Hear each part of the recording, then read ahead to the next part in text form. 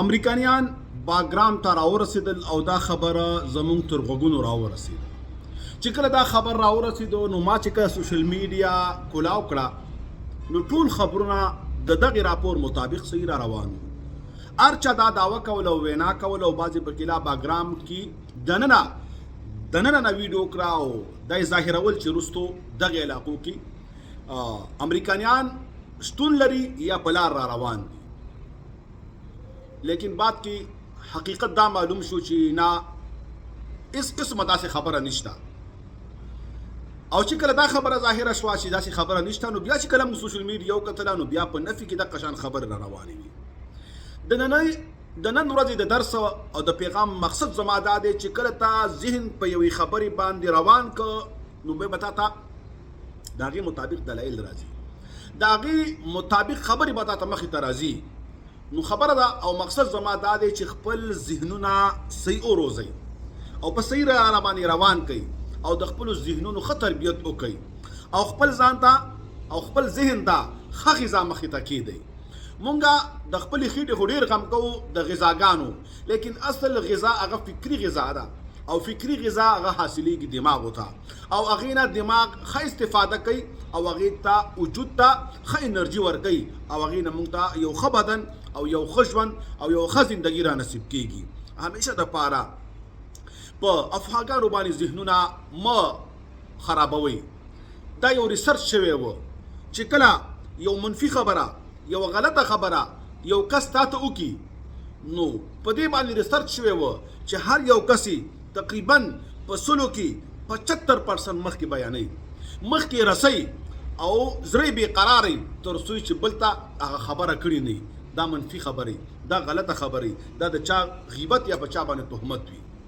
لیکن ورسره دا ریسرچ وشو چې کله یو درسته خبره، یوه صحیح خبره، یوه حق خبره ستا غوږونو ته راورسېږي نو اکثره زموږ نه هېرېږي. اکثره موږ ته دا موقع نه میلاوېږي چې د هغې بیان موږ مخې ته وکړو یا یې چاته ونشرو. که چرته کېږي نو 2 یا 3 کسانو ته زیات نه زیات دا خبره مو ته رسو او مو ته یې بیانو. داسې ولې وشي؟ ځکه زما او ستا ذهنه د شیطان د وسوسو ښکار شوی دی. شیطان غواړي چې په خلکو کې فحشا او غلطي خبرې، د ګناه خبرې، د یری خبرې او د کفارو د خوشحالولو خبرې، د مؤمنانو مسلمانانو د زورولو او د هغوی د یرولو او د هغوی د خفه کولو خبرې مخې ته راشي. هر وخت کې خپل دشمن شیطان پیژنه چې کله تا د یو خبره مخې ته راله نو د هغې بیان مخې ته مه کوه. حدیث مبارک دی، نبی مهربان صلی الله علیه وسلم فرمایي کفا بالمرء کذبا ان یحدث بكل ما سمع. یو سړي د دروغجن کېدو دپاره دا خبره کافي ده هغه چې څه واوري د هغې مخکې بیان کوي. پښتانه وایي چې رښتیا راځي دروغو به کلي وران کړي. نو حقیقت هم دقه شانتې دی. زما د باګرام پورې هېڅ تعلق نشته او نه زما مقصد د دې خبرې و چې تاسو دا خبره درکمه چې دا دروغ دی یا رښتیا دي. هغه خو په حقیقت کې هم دروغ وو، لیکن مقصد زما د خبرې دا دی چې ولې مونږه د دروغ خبرو بیان مخې ته وکړو، ولې مونږه یوه غلطه خبره یا د چا غیبت یا په چا باندې تهمت د هغې رسونکي جوړ شو. دا کار خو د شیطان دی او د شیطان ملګری مو ته ولې جوړ شو؟ مو ته پکار دی چې ښه خبره واورو د هغې بیان مخې ته وکړو.